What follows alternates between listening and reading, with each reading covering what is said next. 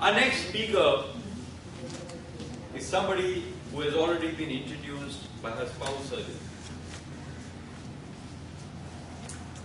And imagine breaking your ice with your spouse. Has that ever happened? So, great things. They say, like coffee shops say, anything can happen over a cup of coffee.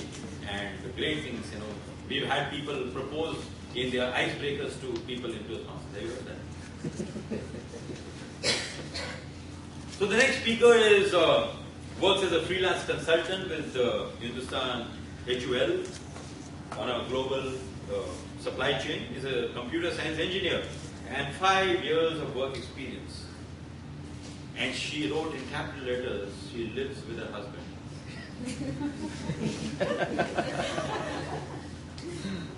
I would not have believed her, but to further add proof to the pudding, she's got her along.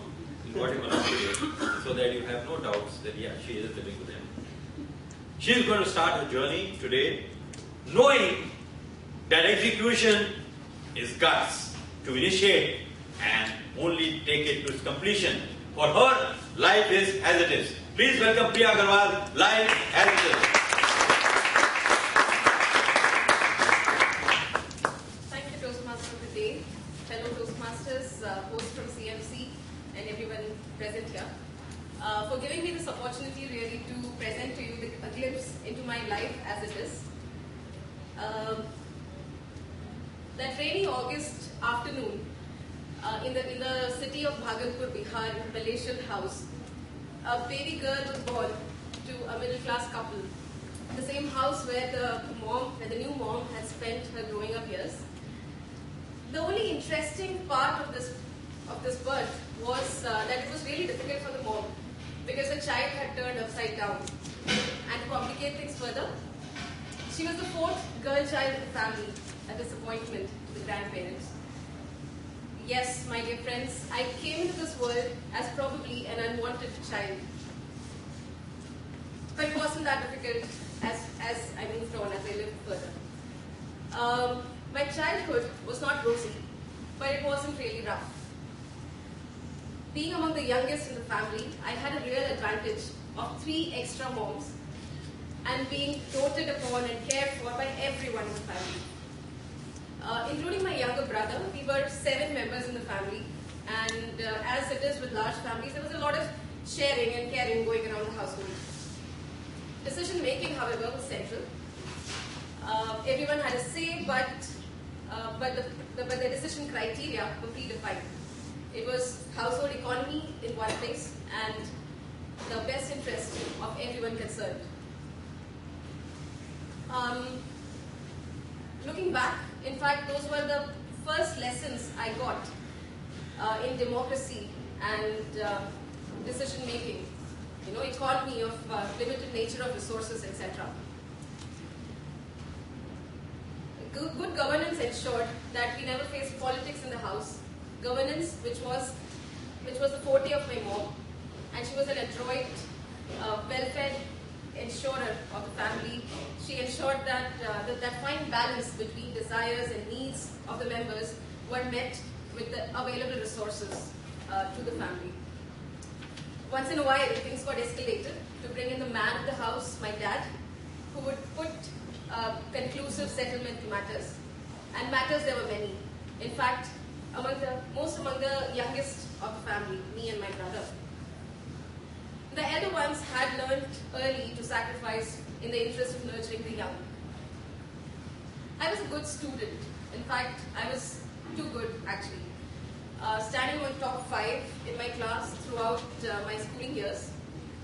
After completing my schooling, I went to NIT Surat for my engineering, where at the end of the 4 years, I had obtained much more than the curriculum that was designed for me. For the first time in my life, I was exposed to a group of people who were very different from me, who came from very diverse backgrounds. For instance, my friends who came from J&K, from the northeastern parts of the country, had actually faced and lived with problems I'd only heard and read about in newspapers. The institute awarded me a silver medal and a dream to roam the country and experience the diversity it has to offer firsthand at some point in my life. I began my career as a software engineer, and in about 2 years' time, I gave in to the peer pressure. I opted for a very beautiful campus on a hilltop in the state of Kerala to obtain my MBA. Those 2 unforgettable years of my life were all about working hard, partying even harder, and lots of visits to countrysides, river places, beaches, and the beautiful nature at its best.